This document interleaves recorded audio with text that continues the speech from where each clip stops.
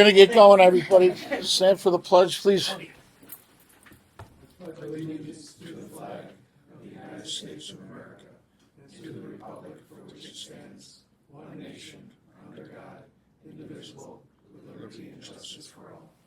Thank you. The roll call, please, Shane. All right. Mr. Bova?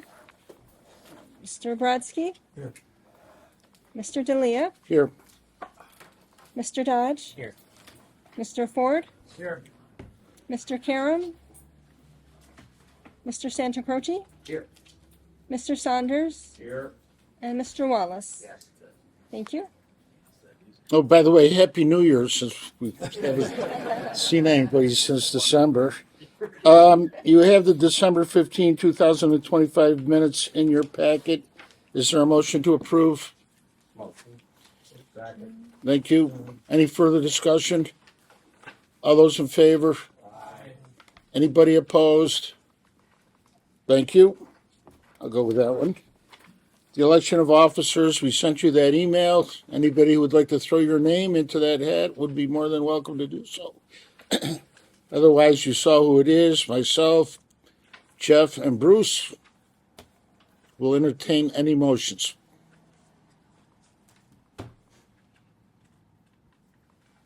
Anybody want to nominate us? I was already nominated. That's Thank you, Jake. I'm just not throwing my hat in the ring. Let's just say that. Is there a second? I'll second that. No, great, thanks. Any further discussion?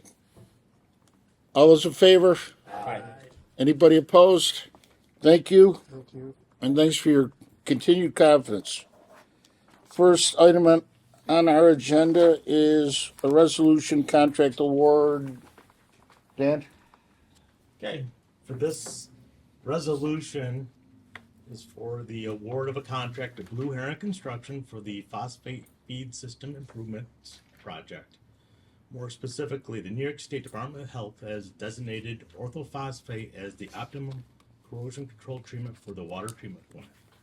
The Mohawk Valley Water Authority currently does not have the capability to feed orthophosphate at the water treatment plant and will need to undertake improvements involving the installation of new chemical storage tanks, pumps, piping, electrical controls to feed the phosphate into the finished water supply. The Mohawk Valley Water Authority desires to hire a contractor to complete the required phosphate feed system improvements. The advertising for bids was completed. Three bids were received, of which Blue Heron Construction of Jordan, New York was the low bidder in the amount of $287,611, which is within our project budget. Blue Heron Construction has not previously worked for the Water Authority, but we have contacted their some references, and they do have the experience and capability to successfully complete the work. So this is a mandated, unfunded item? Correct. And Phil, does it replace something? It is not replacing anything. So based on the studies that we did a few years ago, adding the phosphate will lower the lead levels below what we expect in the new trigger level of 10, the new MCL. So, and to Dan and his team's credit, we put this out to bid, and there was only one bidder on the first submission, somewhere at 600,000+ it came in. Dan said, I think this is high. Let's put it back out. So they worked out. They were able to get 3 submissions on the second bid, and you could see where the low bid came in at. So, yeah, it is an unfunded mandate. As far as timeline, this has to be constructed and online somewhere in October, so that we can feed the phosphate for about 6 months before we're required to do our sampling in the spring of 2027. So this gives us a good 6-month window to build up the new phosphate around the inside of the pipes. And we're confident, based on the data and health department's review, that we'll be under the new MCL of 10. Right now it's currently 15 parts per billion. Parts per billion. Parts per billion. Right. This is all part of the new lead and copper rule improvement which states that not only do we have to meet the 10 parts per billion threshold for our sampling, we also have to remove all lead service lines by 2037, which is an enormous undertaking for us. We're not gonna be here by then. So. Any questions for Phil? Any other numbers affecting us in the future? Any other measures on other than the lead and copper rule? Oh, pending regulations? Yeah, so there's a revised disinfection byproduct rule that's coming out in 2027. Compliance for that is likely to be in 2031. But that we've struggled in the past.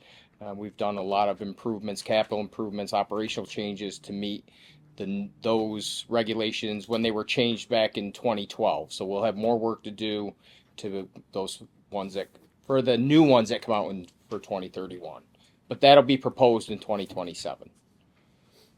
There are of course, a number of other ones that are coming out, but unlikely to have an impact on us from a major capital standpoint. Any other questions for Phil? Someone care to move the resolution as presented? Thank you and thank you. Any further discussion? All those in favor? Aye. Anybody opposed? Thank you. Resolution and MOU. Can I do both at the same time? Sure. Okay. Kind of the same scenario with both positions. IT work that belongs to the MEA bargaining unit. 2 vacancies. We put the duties down on a new position duty statement, sent it over to civil service for classification. The 2 titles they assigned were currently not listed in the collective bargaining agreement. So even though it's bargaining unit work and it belonged to them, we still have to formally list the titles in the agreement. So that's what we're doing here. We're adding the network systems engineer and the computer programmer analysts to the agreements, and also adding those titles to the clothing allowance as that type of work previously received boots. So that's what's happening in both of these. Any questions for Sandra? Someone care to move the first resolution for the network systems engineer? Thank you, Gene. Thank you, Jeff. Any further discussion? All those in favor? Aye. Anybody opposed? Thank you. And the resolution for the computer programmer analyst. Thanks, Jeff. A second. Thank you, Gene. Any further discussion on that one? All those in favor? Aye. Anybody opposed? Thank you. So it took care of 6 and 7. The committee reports, Jim? Yes. You have 3 financial reports in your binder. It's December, January, and February. I'd like to focus on December because that's year end. In fact, we're getting right towards the end. Our audit is almost complete. It's with the auditors. They're reviewing all of our work that we prepared and put it together. So we have 2 weeks to get that done and submitted to the state controller's office. So, and the financial report that you have for December has probably 3/4, if not more, of all our year-end entries, just because we had time to really put these together pretty quickly. It has, you'll see on there on the balance sheet, there's like $9 million that we have for grant revenue. That's all of the revenue for all these different projects that we have for the lead service investigation, the replacement, and the phase 2. So I think that's on, if you're looking, on page, put my glasses on, page 2? Page 2, you'll see that 9.8 million.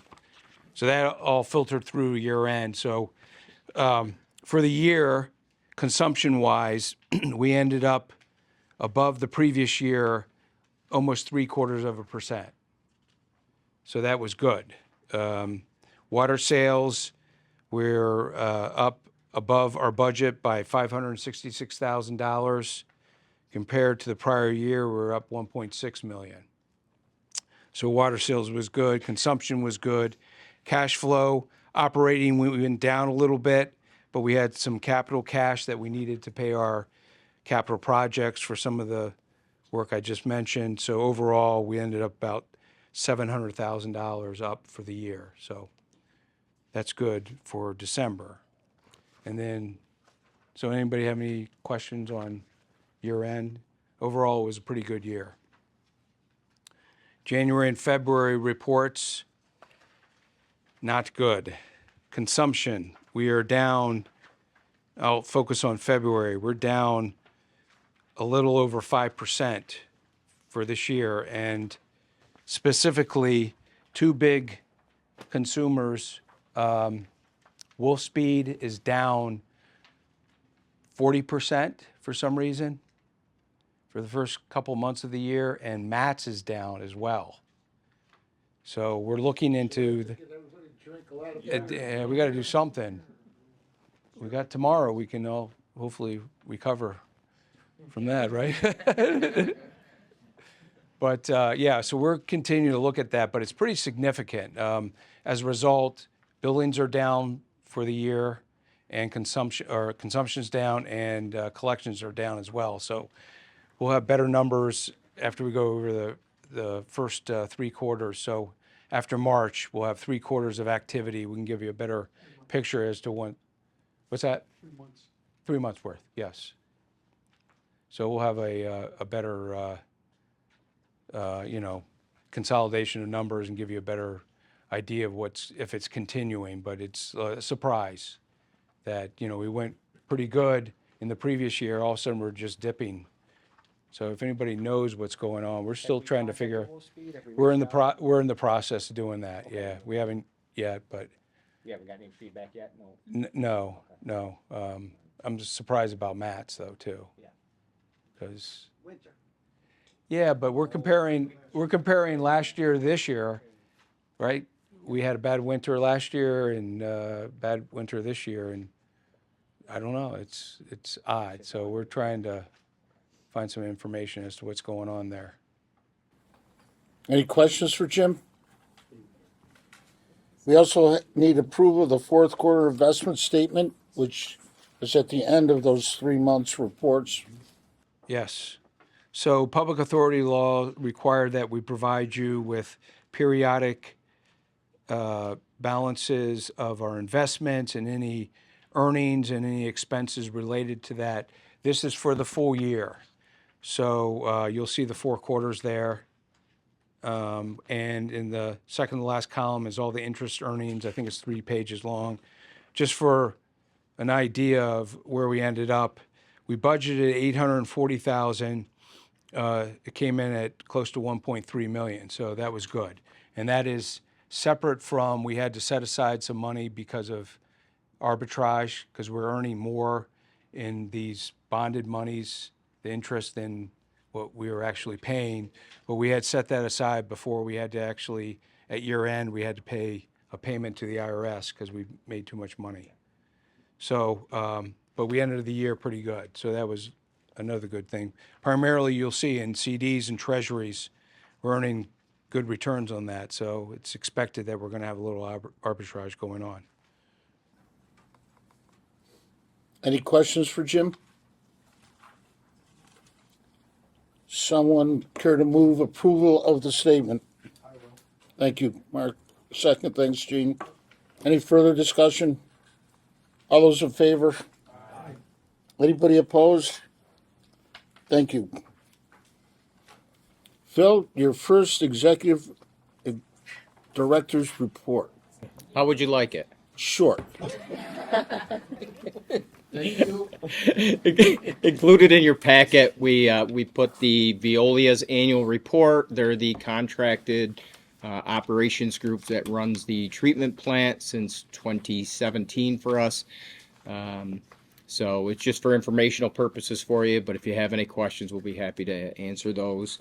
Also in your packet is a copy of a letter that I sent to the stakeholders of those communities to the east that were looking for that Eastern Transmission Main project. essentially saying that, we need them to take some affirmative action to move the process forward.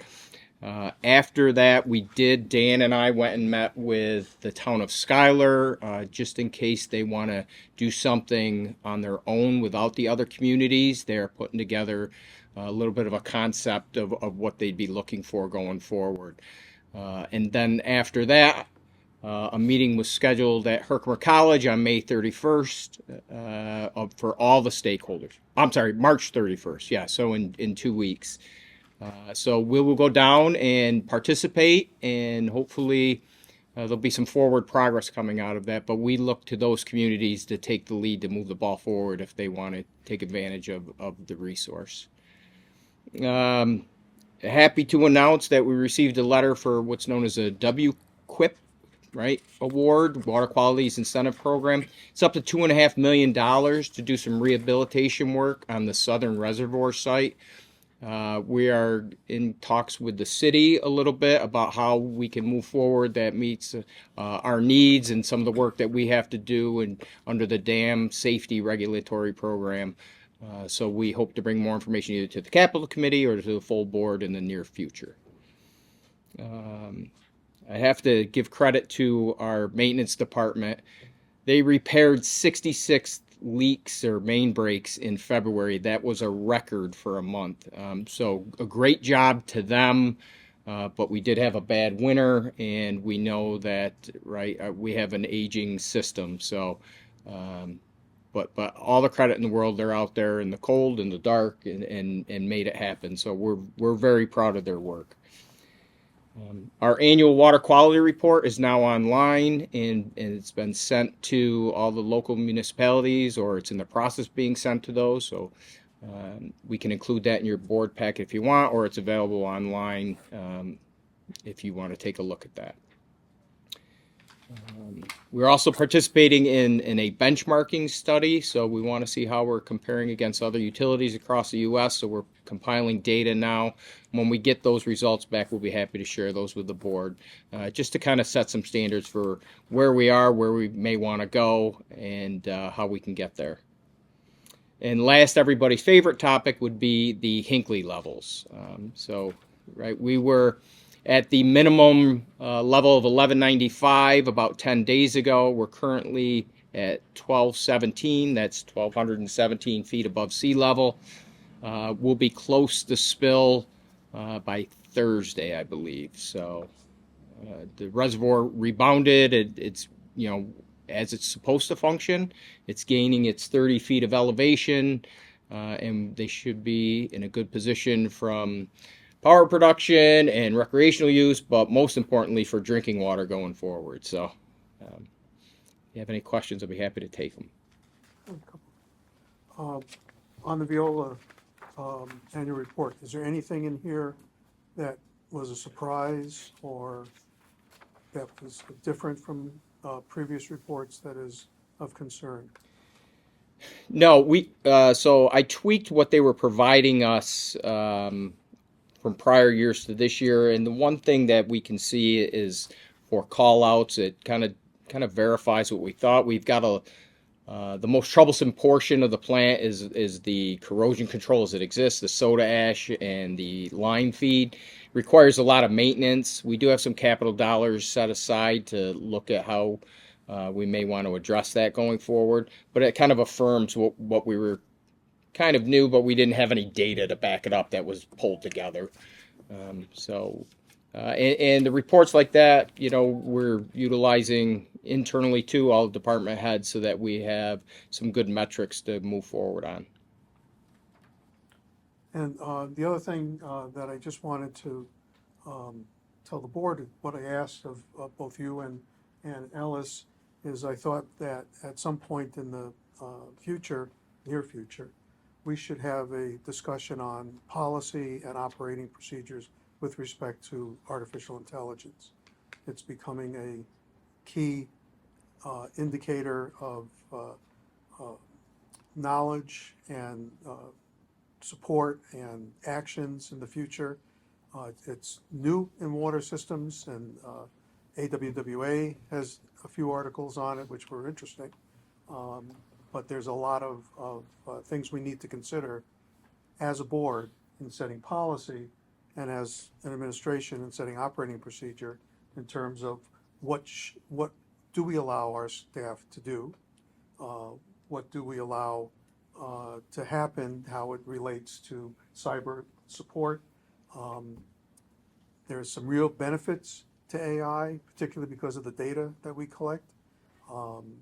And there's a real impact of AI with respect to the productivity of staff, what they do, what they can do, and what they won't do in the future.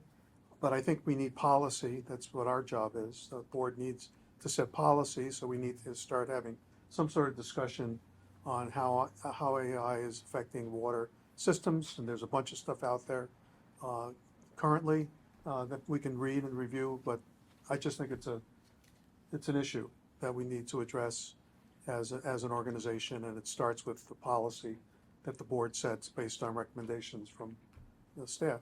So just I had sent an email on this and talked to Phil a little bit about it. So I just wanted to inform the board what I had asked of them.